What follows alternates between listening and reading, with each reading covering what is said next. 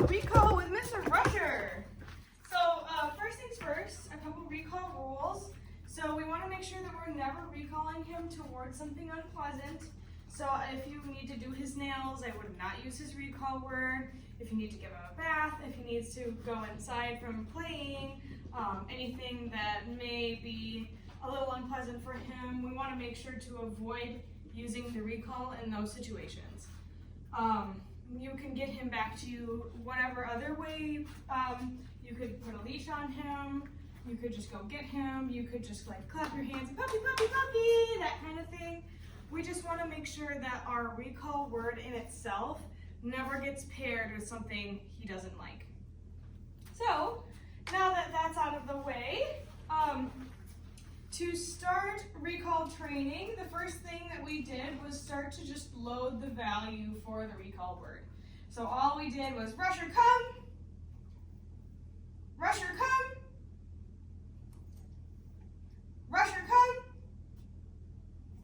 say his name, the recall word, and then pause and give him the treat. The pause in there is important. It gives his brain time to register what's happening and to pair the two together. Rusher come. We want to avoid doing both at the same time and make sure that there's a good pause in between. I would want to do that maybe once a day, take 10 kibbles out of his breakfast or his lunch or dinner, and just Rusher come. Do a few repetitions of just saying his name, the recall word, and feeding him. Rusher come.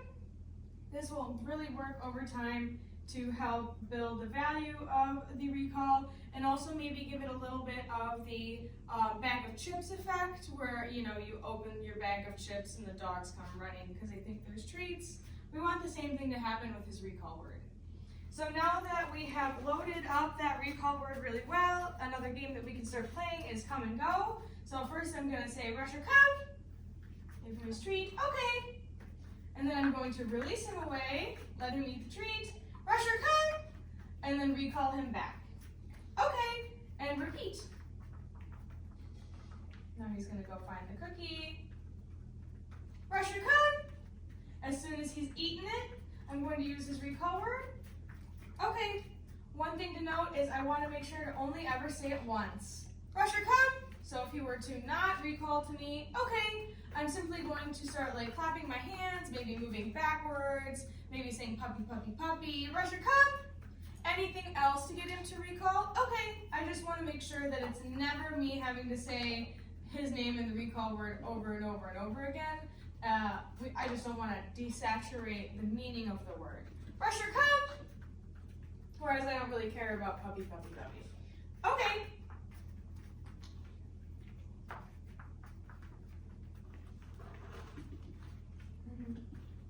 And then another game that I played with him a lot was elastic recalls, which look like this. Rusher come.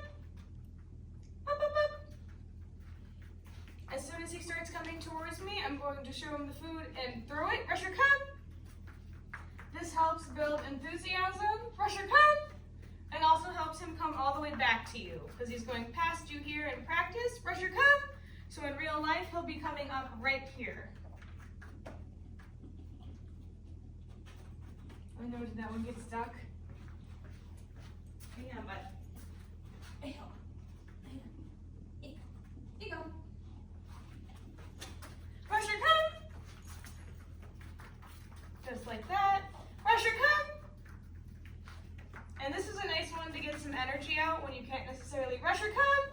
Go outside and let him run around. Rusher come.